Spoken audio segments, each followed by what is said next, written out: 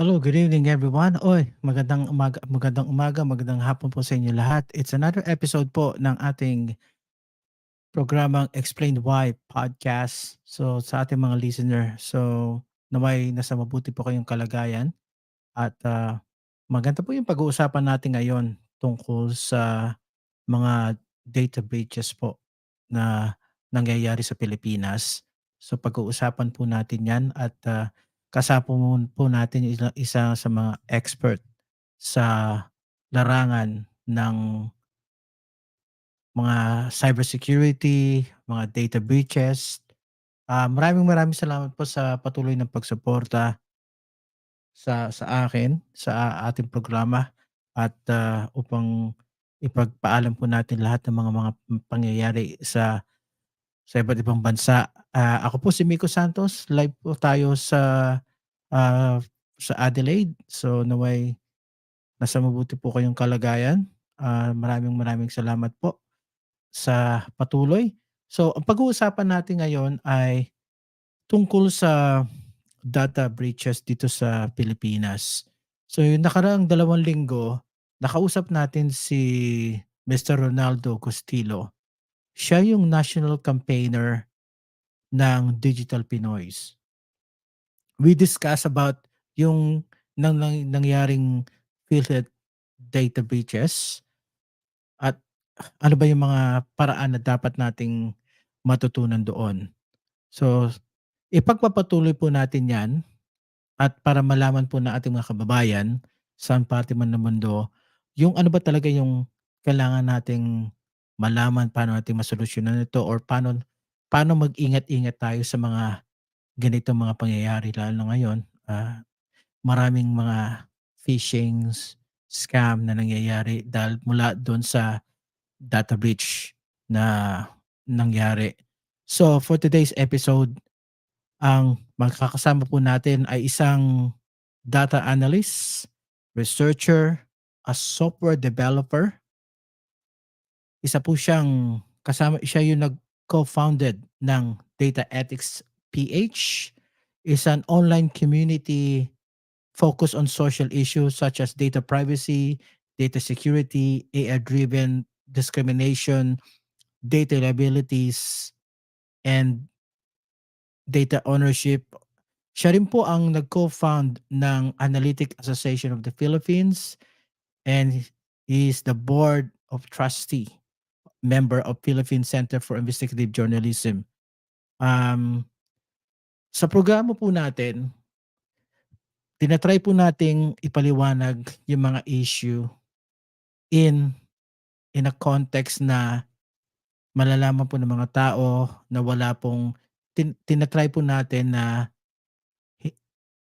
kasi ang layunin po ng programa is to fight disinformation po. So, we don't like fake news. We only get whatever the experts say. So, facts ang kailangan natin, fina-fact check natin. Kaya mga kaya mga guests natin ay mga eksperto sa kanilang mga larangan. So, papasukin po na natin sa programa natin siya po ang co-founder ng Data Ethics PH, si Dominic Doc Ligot o puwede natin tawagin siyang Doc Ligot. Good evening po sa inyo at maraming salamat po sa inyong pag, ah, pag-yes sa ating programa. Good evening po. Hi, good evening, Miko. Nice to be here. Maraming salamat po, Doc Ligot. Ang question po natin ngayon ay, yung kamusta na po ba yung ano pong latest na balita natin dito yung sa nangyaring data breaches dito sa PhilHealth? Meron po ba tayong update do'n? Well, we've had multiple breaches, no? PhilHealth lang naman yung nauna. Ang huling balita dyan is ina-assess pa kung ano yung extent ng data na parang huling narinig ko was 20 million PhilHealth member data. At least 20, it could be more. No? Pero yun ang datos na nakukuha natin from the authorities. At the same time, the National Privacy Commission has put out uh, a consumer portal. I think starting with the first 1 million senior citizens, pwede na nilang i-check sa National Privacy Commission kung kasama sila dun sa na data. Pero I think the intention is over time as more and more of the data is confirmed, dadagdag dun sa portal na yon. Pero hindi lang naman PhilHealth yung naging ano natin, naging breaches natin. We had breaches with the PSA, the DOST, the PNP at the very least, no? And then more recently, nagkaroon ng mga defacements sa Congress. Basically, binaboy ng mga hacker yung website ng Philippine Congress. So yan, so medyo sunod-sunod ang mga incidents natin, and actually the irony is this is cybersecurity month. So talagang cybersecurity month siya kasi sa dami ng mga nangyayari ngayon. One cannot help but be reminded of yung mga cyber threats na na-encounter natin. Maraming salamat po diyan. Oo, at least, as I said, aside from Oktoberfest, it's cybersecurity month this year. So, sa ating mga listener, every October, ito yung sinasabing cybersecurity month upang ipalaganap po natin yung awareness sa ating mga kababayan. Sa Australia, we have same cybersecurity month. Meron po kaming sariling Ministry of Cybersecurity that handle everything po for sa government. So, ang unang tanong ko, Doc Ligot, because recently Philippines ranked 20 out of 161 country with total of 207,688 link account in the second quarter of 2023. Ito yung pinalabas na data from isang Surfshark VPN company. Ano pong masasabi niyo doon? Ano ulit yung reference? Parang we're one of the top countries na may leaks. We are the 20 top country na may data breaches from 161 countries. Ito yung pinalabas ng Surfshark company. Well, hindi na yan bago sa atin. I mean, even as early as 2020, medyo nasa top 10 na tayo of countries that have been either attacked or have suffered a cyber breach. Well, it just points to the urgency na kailangan na natin tampanan, which is to improve yung security of the Philippines. Kasi nga, pinagpipiestahan tayo ng mga hackers. Not just in local hackers, but also international hackers. May mga ganyan ng incidents na yan. So, what is the current major cybersecurity threat facing the Philippines right now?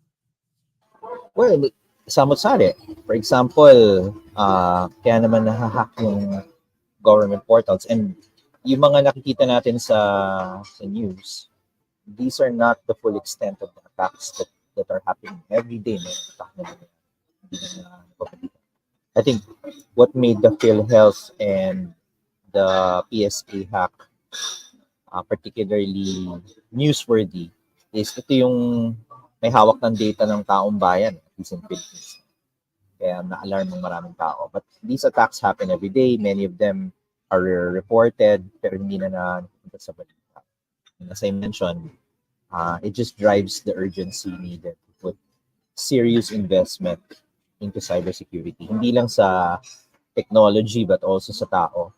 Kasi according to another report, we only have probably no more than 200 or no more than 300 cybersecurity experts for a population of 100 million. So medyo understaffed, undermanned tayo across the board. So sinasabi mong kulang sa staff pero kulang din sa technology. Can you provide yung cybersecurity landscape natin ngayon sa Pilipinas? Do we what's the landscape? Are we behind? Are we far behind, or we are trying to get up to date? Because in cybersecurity, there's a lot of new technology, even AI. We use AI to do detection and threat hunting.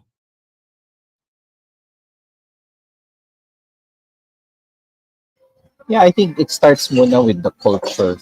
For example, if you look at the PhilHealth leak, that entire episode was a case study in what not to do. Number one, the government didn't take the threat seriously when it came out. No? Ano kasi yan eh, it was a ransomware attack.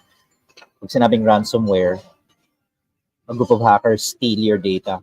And then normally, ni-encrypt nila yung natira or dinidelete. And in the case of PhilHealth, thankfully, hindi naman nila ginawa, but they still got the database. And they were threatening to leak it kung hindi sila bayaran ng 300,000 US dollars. Of course, in theory, you should not really endorse paying a ransom, pero you should at least find out paano ba nakuha yan, ano ba yung mga vulnerability. Up until the last day, it appeared that PhilHealth wasn't taking the threat seriously. In fact, you can check the reports. On the day of the deadline, binigyan kasi sila ng ilang days to pay the ransom. Kung hindi, ililik na raw nila yung data. Yung mismong presidente pa ng PhilHealth na hinahamon pa niya yung mga hackers. Sige, release nyo yan. Tingnan natin kung totoo yan. It probably is a fabricated data set. So, yung ganyang attitude is unbecoming of public servants when you're trying to protect yung data ng taong bayan. And then, after so, release na nga. Nakapost na siya all over the place. Nakapost siya sa dark web, nakapost siya sa Telegram. Anyone can download it. It's a big data set. You shouldn't, by the way. No? That's a cybercrime if you're in possession of these data sets. So, ang unang sambit ni PhilHealth at the moment na na-release na is wala namang member data na kasama. Zero members. And then over the next few weeks, paiba-iba na niya. From zero, naging 800 members, naging 1 million senior citizens, naging 13 million members, and now the latest figure is 20 million. It could be more. So, from a communication standpoint, very clear na PhilHealth was not equipped to communicate the problem. And then later, lumalabas na yung totoo na apparently mga antivirus pala nila are all expired because hindi daw in-approve ng procurement. Mga things like that. It's just tragic and it's tragic and it's just gross negligence if you ask me. Kasi little things like procurement, dapat hindi yan hadlang to getting your cybersecurity in order. I mean, if you know how procurement works, they work on a budget. Bakit haharangin ng procurement yan? Hindi ba yan na budget? Or hindi na organize yung mga bidders, walang supplier, something like that. It points to a fundamental failure of processes. And buti sana kung ano lang yan it's just an expired software. Pero the price to pay is yung data na ng mga tao are out there. And as I said, it's a cultural problem because up until the last minute, even the DICT says no sensitive data was leaked. Pero yung data na na-leak, by this time, everyone knows, are personally identifiable information. Cell phone numbers, emails, names, birthdays. That's your life, no? Kung na-leak yan. And I think mga tao din are not too worried na, so what kung na-leak yan? Well, ang daming possibilities na pwede mangyari dyan. Your identity can be stolen, pwedeng somebody can request a SIM replacement. Yun yung pinaka-dangerous attack, yung SIM swapping. Na, kunyari, ikaw, Miko, nakuha ko yung number mo, nakuha ko yung ID mo, nakuha ko yung email mo. Then I'll call, you're based in Australia. I can just call your mobile provider in Australia. Hi, I'm Miko Santos. I lost my cell phone. Can I request for a replacement SIM card? They will probably mail it to me sa Australia. Ganun, di ba? You can get it by mail. Sa Pilipinas, you have to go in person. Pero anyone can impersonate anyone. And then the moment I have a replacement SIM, I've got your life. Kasi I can reset your email. I can reset your Facebook. I can reset your e-commerce. I can reset your mobile banking. One day you wake up, yung buong digital identity mo nakuha na ng mga hacker. So that's sensitive. Pero up until the last minute, the government says it's not sensitive. Same banana rin sa PSA. Ang linya nila, it's just a community-based monitoring system. Mga research data lang yan. Yes, pero kasama yung mga logins, yung mga tao ng CBMS na na-leak. PNP, similar. So I think it just points, kaya nga ano eh, the organization I set up is called Data Ethics. We need to fundamentally rethink the importance of data in our lives. Data is our life, basically. You know, we live in data. Katulad ngayon, we're watching this on social media. Kung wala kang data, then you won't be able to see this. Pero hindi pa rin tayo, at least in the Philippines, hindi pa rin ito na yung mga tao thinking of data as important. And I think that needs to change.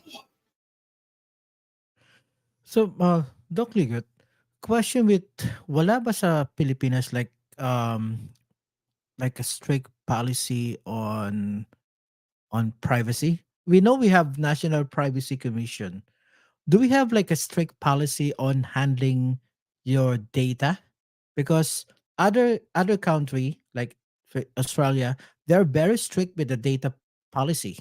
They are very strict. If there's a data breach, they need to tell the government within 24 hours we have this data breach, and they're gonna coordinate with the, like in Australia, they have to coordinate to cybersecurity department here, the government, to check it, Australian Cybersecurity Center, to help them to mitigate everything. Yeah, we have a similar law. It's called the Data Privacy Act. It's what created the National Privacy Commission. And we also have a cybercrime law, anti-cybercrime law. So these laws have been in effect since 2012, so more than 10 years now. But I think medyo kulang eh. Because these laws, they're patterned after GDPR, which I'm assuming is the same basis for the Australian regulation. GDPR was the first one, which is the European Data Privacy Protection uh, Act. Um, pero all just the same, these laws are, I would call, reactive. So a crime has to have happened first, and then the law takes over. You know what to do with the perpetrators, or you want to bring the data controllers to justice. For example, in the PhilHealth case, we have yet to hear anyone either losing their job or going to jail, but they were responsible for the data. So very clear yan sa batas. They're accountable. Pero what I meant by kulang is we need more proactive policies, preventive. Kumbaga, just like in your house, you have a fire extinguisher. You should not wait for a fire to happen and the fire department to arrive. You need to be proactive and have a fire extinguisher at home. And if you smell something burning, you take action agad. You look for anything. And then another thing that I talked about recently is people are used to doing disaster preparedness, earthquake drill, fire drill, ganun, di ba? But what about cyber drills? Do you do a cyber drill? Do you practice a cyber attack? Do you know the first five things you will do when you suffer a breach? So these are essential exercises. And it walang kultura. There's no culture related to that. I even brought it up in a forum recently. And mismo mga information security people were wondering what's a cyber drill. Some actually many know the answer, but some didn't, which is also tragic if you ask me. So ganun, I think we have a privacy act, but that takes effect the moment there's a breach. We need policies that are more preventive and proactive in nature. And more importantly, we need to educate people, educate them on the importance of data privacy, data security, and ano yung mga implications if you lose your data to hackers. Again, I think that's still lacking. Yun nga, so napag-uusapan natin yung education as well. Because, so wala pa sa any business or government have their own set of policy ng ng education cybersecurity awareness program para malaman ng mga empleyado nila, or just education to how to handle it, because um, in Australia they have their own set of program that every month the employee kailangan mag-aral sila ng ganitong cyber awareness, or meron silang set ng team for just education. They also set ng team din na to handle any cyber threat because 'pag meron data breach, hindi mo sinabi, they have like at least I think 50 million penalty, $50 million penalty if you didn't secure the data, especially kung mga customer mo. Do they sa Pilipinas po ba meron po bang gano'n na bawat government department, bawat business, they have their own set of cybersecurity expert to handle all the data? Well, I can't say for sure if every agency has one, but every agency should have one. And then, yun na nga, I think kulang yung proactive policies. There are programs by the government. So yung mga in charge dyan would be the DICT, for example, the National Privacy Commission also. There's also a CICC, which is a cybercrime focus. No? And then you also have the law enforcement agencies, PNP, AFP, they all have their cybercrime, NBI, they all have cybercrime departments, cyber labs. So hindi tayo nagkukulang sa structure. I think it's more of a compliance issue. Like every year, like last year, nag-conduct ng cyber drill ang government. There's a cyber emergency response team under the DICT. They conducted a nationwide cyber drill. Pero to what extent all of the agencies were involved, compliance yan, I can't say for sure. I don't even know if PhilHealth joined it. So yun nga parang I think it's more of the coverage which is linked to the culture.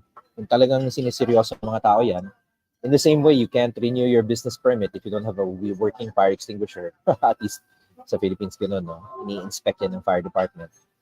Dapat may ganyan din siguro for cybersecurity. You can't renew your business permit if you don't have a working cybersecurity policy. Ang data privacy officer, mandatory requirement na yan sa lahat ng business. But there are aspects of security na hindi covered ng data privacy. See, your systems can be breached with or without personally identifiable information. The only time the DPO comes in is pag may personal information na nadali. So, there's a little bit of a gap there. Kailangan. Of course, we can always say dapat the data privacy officer takes charge of cybersecurity. Pero those are slightly different disciplines. DPO, karamihan ng mga DPO na namimit ko, mga abogado. And maybe rightfully so, no? Because they need to be experts in the law. Pero a security officer needs to be techie, someone who understands IT, systems, and also someone who understands people. How do you influence the employees to be more cyber aware? Medyo it's a tall order at the moment.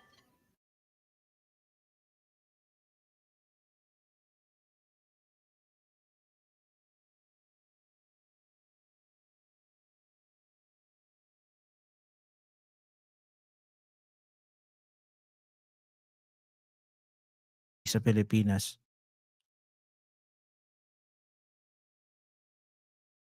Hello, sorry. Can you repeat the question?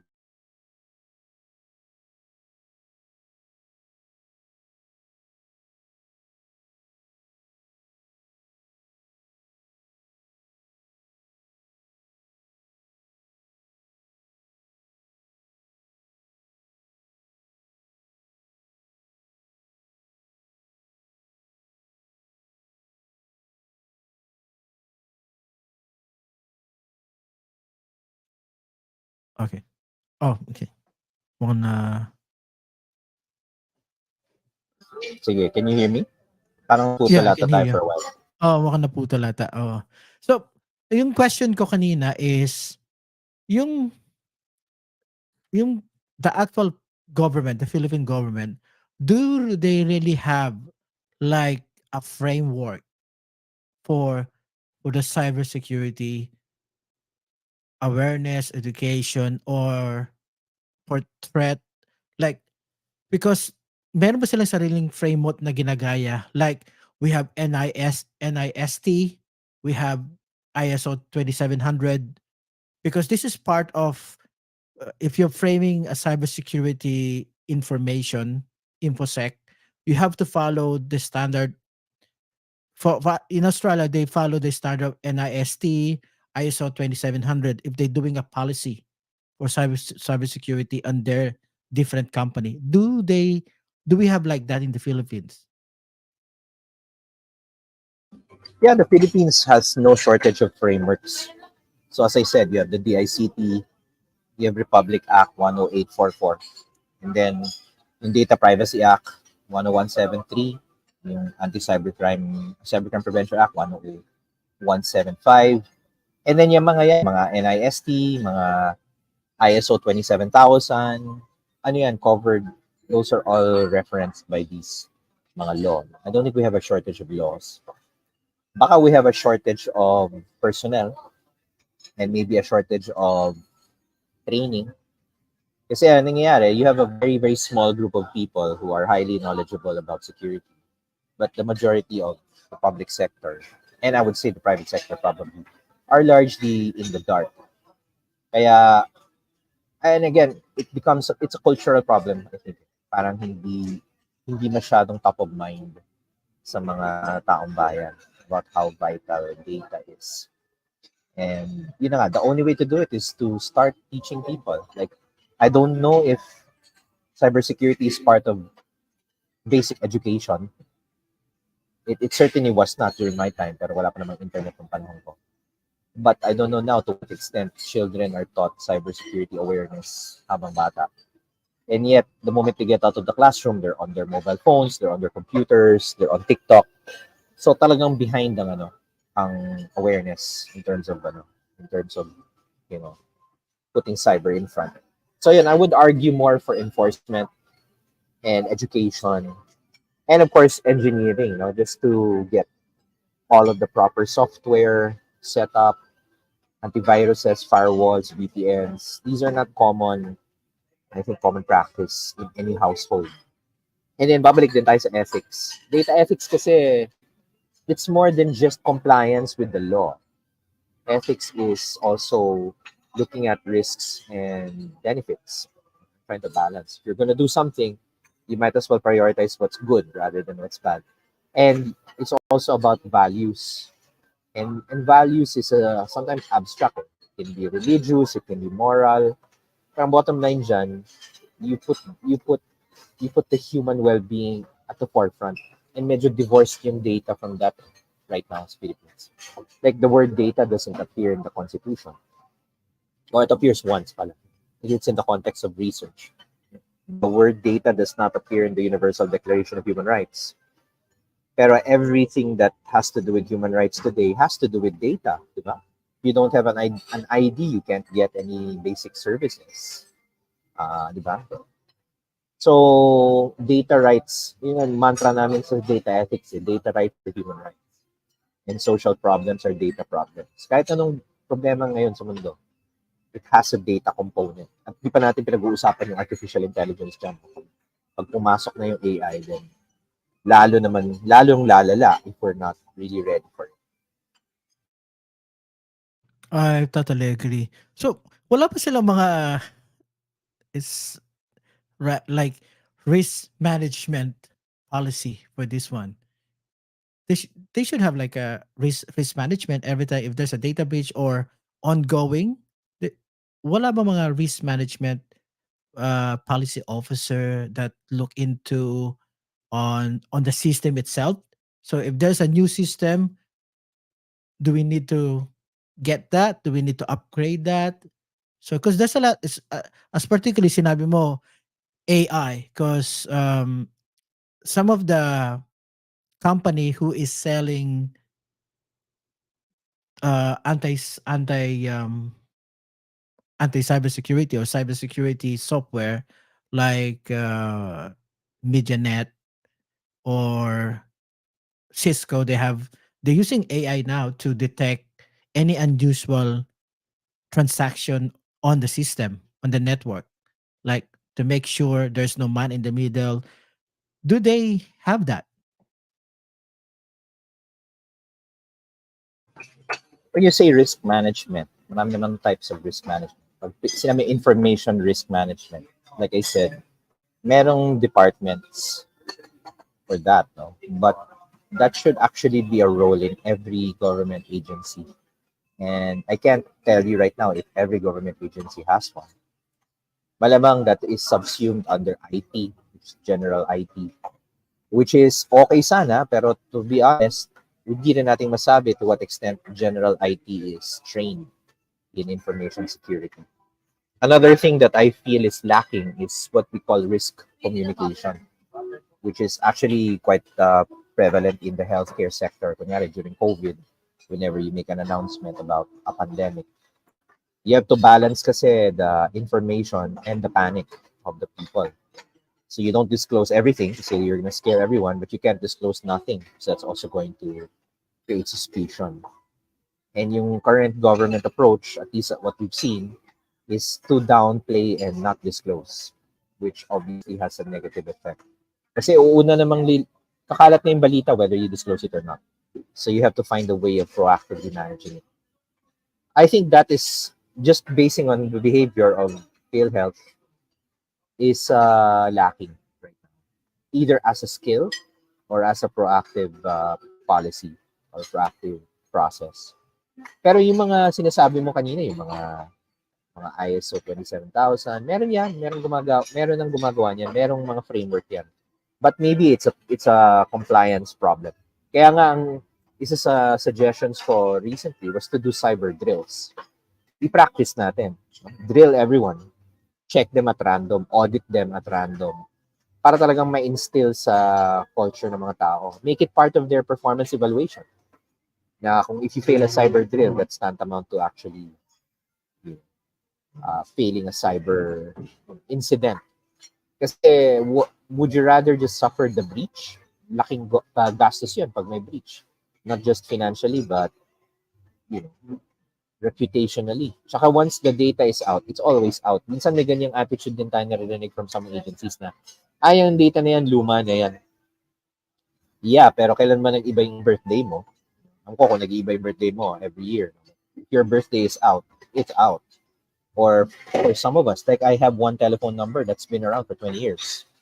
It's technically an old data, pero if it's out, it affects me up to now. So again, it's back to culture. The culture has to change, has to improve. And I feel then, I don't know kung manhid lang yung Pilipinas, pero these rankings are there for a reason. It's a way of naming and shaming the countries who need to improve. Kasi I think, as a whole, the world needs to improve in cybersecurity for us to ensure, yung digital backbone mo yan eh. Diyan nakabase yung buong economy mo, di ba? So if that's not secure, then it could paint the country in a very bad light. And then let's also not forget na the Philippines is, apart from being number whatever sa cyber, we're also one of the top destinations for BPOs. So US, even Australia, Europe, they send work to the Philippines. And the assumption there is Philippines is a secure place to send work. Like one time I heard parang 60% of Wall Street outsources to the Philippines. Wall Street, mga big investment banks, they have like JP Morgan Chase, Capital One from Canada. These are large banks sending work to the Philippines. And the assumption there is if you're a financial institution, you're sending customer transactions and data to the country, the country has to be secure. So I have no doubt naman that the BPOs themselves are actually cyber ready. In fact, they're probably more ready than the government. Pero yun na nga eh, parang it's more about the reputation of the country as a whole. So, ano sa tingin nyo what's gonna be the solution for this? Medyo mahirap kasi sabi mo culture eh. So, how do we change the culture that they need to take care of their own data? It's very important. But yeah, as I said, let's go back to the basics. Education needs to be in place with the trained people, both at the high end and the low end. At the high end, you need to produce more cybersecurity professionals. How you do it? Marami namang ways. You can get schools to offer degrees. You can incentivize it. Like in another capacity, I'm also part of the Analytics Association of the Philippines, and we cooperated with the government to launch a nationwide data science and analytics program. called Sparta. We ran that for 3 years and we produced almost 50,000 data literate professionals. It can be done. Hindi naman siya impossible. And that was more than all of the schools graduates going into data combined. Yung mga computer science, statistics, math, yan yung mga typical na pumunta sa data, sa IT, yung mga data professions. In that 3-year period, we produced more than all of the schools combined. So pwede. So maybe something like that for cyber. Okay. Now on the low end, yung sinasabi ko nga, we need to do cyber drills, we need to do awareness across the board. And maybe there needs to be some sort of a scorecard that agencies can abide by para they get both punished and incentivized. If they comply, then they're incentivized. If they don't comply, then they're punished. Wala kasing consequence. Like again, I love to use PhilHealth because they're the worst example. I have yet to hear if anyone lost their jobs in such a major data breach. Ang rinig ko parang may linipat lang ng ibang trabaho. It's too soft, you know. You're responsible for para kang ospital and biglang nakidnap lahat ng mga baby sa maternity ward. Don't you think the hospital should go to jail if they lost babies? Parang ganun dapat ang yung level of urgency and alarm on losing data. People should take it seriously. So education is massive piece. And then going back engineering also, we need to really invest in advanced cybersecurity, software, and also audit all of the government's current digital infrastructure. Karamihan ng mga breaches, the common denominator is it's an internet web portal. It's a website, like the PhilHealth website. Maybe the UST had the website, PSA also had the website. So these are all portals that are accessible online, publicly. And naturally, every time you have something na publicly available, meron magta-try to hack it. That's normal. Pero what we're finding out is, marami mga vulnerability dito sa mga portals na to. And in the past, are actually outdated, parang software. Yung programming languages are not updated or hindi protected yung mga input fields. Kasi that's a common place where a hacker can try to penetrate your system. They, instead of putting name and password, they can start inserting all sorts of garbage into it and then in the hope na baka biglang bumukas yung website. These are well-known vulnerabilities from way back at naaayos na yan in the more modern mga web stacks. Pero meron pa rin at meron mga government websites that are still vulnerable. Yung simple matter ng lang of if you're familiar with SSL, HTTPS, SSL encryption, you'll find government websites that are not encrypted. Oh, okay.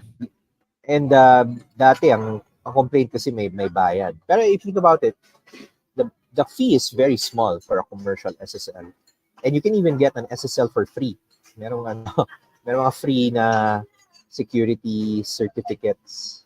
It's practically being given away just to ensure that the web traffic going in and out of that portal is encrypted. Ang counterintuitive kasi yung point ng encryption. Kasi yung point ng encryption is in case merong kunyari man in the middle attack, they call it. Hindi nila makikita kung ano yung tinatype mo dun sa website kasi encrypted. Kung hindi siya encrypted, kita na agad. Kunyari, somebody was able to penetrate that connection. Kita agad. Ito yung username, password, huli agad. So those things, engineering. Enforcement, I mentioned earlier, all the policies are reactive. We need proactive policies. Meaning, yung Data Privacy Act and Cybercrime Law, that's important pag meron ng breach. Pero let's put policies that prevent the breach. Like cyber exercises, cyber drills, compliance, education. How many of your staff have been given the awareness training? Parang ako dati, I worked for more than almost 2 decades in banking. Mandatory training sa amin yung money laundering. Kasi it's a culture you want to build in the bank. Kasi banks receive money. So you have to train your staff to anticipate dirty money coming in. Kasi baka i-ignore mo lang.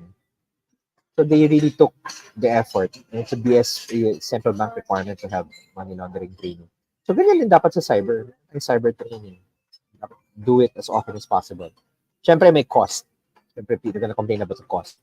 Pero parang insurance yan eh. Would you rather pay the cost of the training or the cost of the breach? Diba? Parang yung math doesn't lie. And then finally, balik tayo sa ethics. I keep saying ethics, it should be a culture. We should put data at the forefront. We should equate data to human rights. We should look at the data component of any social problem. And that means also creating people whose careers are attuned to data. Eh ngayon, pag sinabi mong data sa typical tao, wala, it goes over their head. Eh. Napaka-IT naman yan. No, everyone uses data platforms. You use social media, you use e-commerce, you use online banking. But you're not aware na data is important. Parang ganun lang yan. Eh. You have to match the risks and the benefits. You want the benefits of data, you have to know the risks para you can better prepare yourself. Yeah, ganun lang. I mean, it's not rocket science as they said, but it has to be done. Yeah, so nasabi mo nga, Doc Ligot, is that ang Pilipinas is one of the most used na mga social media platform. So, particularly mga Facebook, they're more on, most of the kids nasa the cellphone, nasa iPad. But why they not able to teach them early the important ng data nung kanila practices? Bakit kaya? It's not in the Uh, curriculum. It's not in the curriculum. Parang when was the last time you had kasama rin yan yung disinformation. It's not taught in school. It should be basic education at pagsimula pa lang. Parang dati, we had PE, di ba? Why do you have to have PE? Di ka naman magiging basketball player when you grow up. Pero who knows? Pero importante dyan yung physical health mo. Kaya ka nagba-basketball when you're a kid. I hated PE, pero now that I'm in my middle age, nakita ko yung value na sana pala I've been more physically active when I was young. So it's the same manner that you want to be cyber healthy, you have to teach children as early as their youth na importante itong mga bagay na to. I mean, yun na nga, it's counterintuitive siguro, pero ngayon tayo naghahabol. Nabanggit mo, Doc Ligot, yung disinformation. How this gonna be a vital role, a play for disinformation itong cyber security? Well, there are parallel problems. No? They may not even be directly related. Pero, for example, identity theft plays a role in disinformation. Kumbaga, kunyari, I have all of your data, all of your pictures. Then I can masquerade as Miko Santos. Diba? I can create a fake avatar or I can create a fake social media account with all of your details. So hindi siya porque, pwede kang nakawan. That's one danger. But I can pretend, the hacker can pretend to be someone and impersonate someone and then use that account for anything, including this information. So nandun yung link. So kung pabaya tayo sa cybercrime, pabaya tayo sa cybersecurity, malamang lalaganap din yan.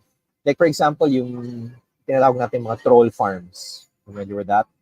Yung mga gumagawa, yung mga nagsispread ng hate speech. Binabayaran yung mga yan. Siyempre, to do that, you need accounts. You have to mass produce accounts. How would you do that if you don't have an identity? Kasi ngayon, stricto na yung mga social media platforms. You can't create more than several accounts. Kung pwede, isa nga lang. But if you have access to 20 million PhilHealth members, that's 20 million accounts you can create on Facebook. Diba? Complete with picture, ID, email, telephone number. O di yun na. You can now create 20 million trolls. I just think of it that way, no? Parang that data is very, very useful. It can be used for anything. apart from the AI that can deep fake you, or they can change your clone your voice as well, because we have an incident that they use a clone voice to persuade, like a phishing, persuade you to deposit like yung pera for this account dahil ganito, you need a loan, but they use your own voice. So medyo nakakabanga ngayon because of this AI. So yung AI, there's a lot of news na ginagamit yung different type, like the chat GPT. There is a fraud GPT, there's a scam GPT. So they using the AI now to as part of their cybercrime. What do you think about that? Do we need to regulate this kind of technology as well as part of the policy? Well, kasama na yung AI, although it's not as popular now, it will eventually come. Pero babalik pa rin tayo sa yung data eh. I think data is the most important thing. Kasi if hindi naman na-leak yung data, then there's very little you can use AI for. And then yung, balik din tayo sa culture, like, isa sa mga pet peeve ko is, I can see people who are quite generous with information online. Di ba? They put their ID online. Oh, I have a new driver's license. Ito, andun yung details. Or you post everything about your life. Oh, graduation ko ngayon, birthday ko ngayon. I think there was this video clip, I think it came from Indonesia. Literally, they just looked at the Instagram feed of one person from start to finish. And they were able to complete a bank application form. Got the name, got the address, the mother's name, the birthday, the where do they work. Kasi lahat naka-pictures eh. Na-fill-upan nila buong ano. So sabi nila, you know, hackers are one problem, pero actually yung problema mismo yung mga tao, they donate their data freely online. So that needs to change. You need to be private about certain things.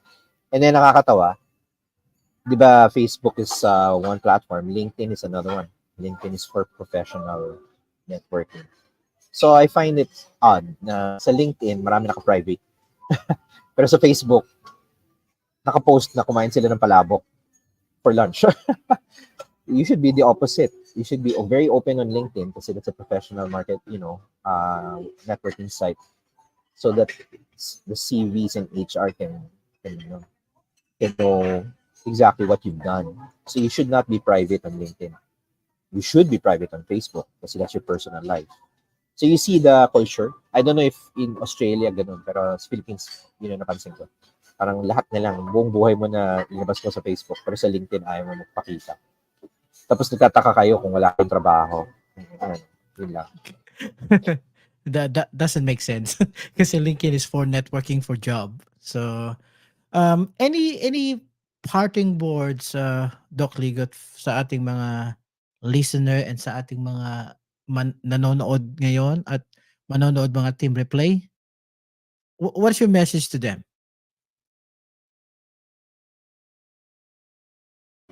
Yeah, I think we have to start acting like we're already in the fourth industrial revolution.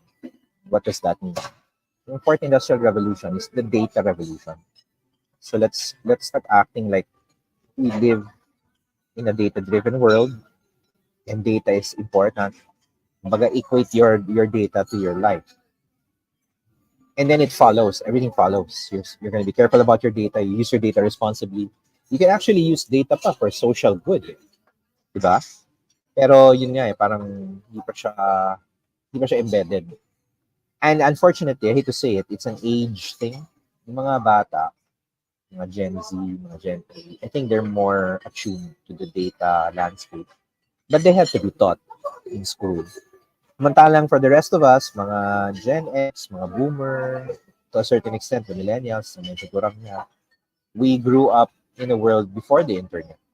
So we have a lot of realigning to do. A few of us know naman what we need to do, pero karamihan ng mga, especially the senior citizens, the boomers, they're completely clueless. Like my mother was scammed relatively recently, credit card niya, na spoof. basically tinawagan siya by people pretending to be the customer support ng banko niya. Napakaswabe ng script, di ba? Hi Miko, this is Bank of Adelaide or something. We detected some suspicious transactions on your card.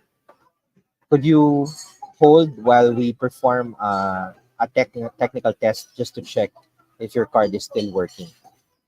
Ito naman si Miko. Sige, sure. What do you need me to do? Okay, so Mr. Santos, we'll be sending you a few codes.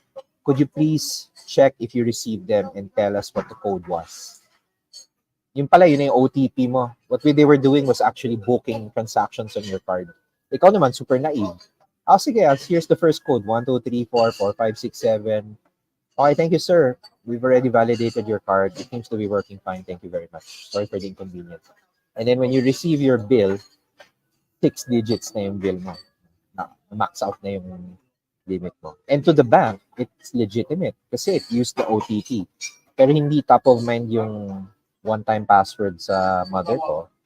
So nadali siya doon. Pero anong bottom line doon? How did they know what your credit card number was? How did they know it was your telephone number? How did they know who your name was? Malamang na-leak yung details mo in PhilHealth or some other data breach. So I just replayed to you what is a likely scenario that will happen in the coming months, coming years. Kasi all of that data is available. 20 million are citizens yung data nila. Karamihan doon senior citizens. Yan ang mangyayari. So sabi mo nga, culture and education. Yan ang importanteng maayos. Doc Ligot, sa mga listener natin sa mga audience, paano ka makakontak in case they want to have a chat with you about anything about data ethics, your online community, how they can coordinate with you? Yeah, so I'm on every social platform. Just look for Doc Ligot or Dominic Ligot. I'm on Facebook, I'm on Twitter, I'm on LinkedIn. Recently, I also opened an Instagram, TikTok, and a YouTube channel. Please check out my YouTube channel, youtube.com at Doc Ligot. I have a lot of videos there about artificial intelligence, technology, pero done in a very layman approach. Hindi siya techie, nakakahilo. Or at least I try not to be. And again, yeah, just feel free to approach me on any platform if you have a question. And I also do interviews, parang ganito. No? Although ngayon ako naman yung interview, but I also do one-on-one interviews in and about. Usually it's about AI, but lately it's also about cybersecurity. So yeah, I hope to chat with everyone soon. And then please visit my website, docligot.com, so you can learn more about me. I'll also be launching a series of online training about AI. So please watch out for that. Thank you so much for that. So, ayan. So, wow, maraming salamat sa mga informasyon na iyong binigay, Doc Ligot. So, lahat ng mga sinabi ni Doc Ligot we'll put it on the show notes para mabisita niyo yung mga website niya. So, maraming salamat sa iyong oras, Doc Ligot. Okay, so maraming salamat.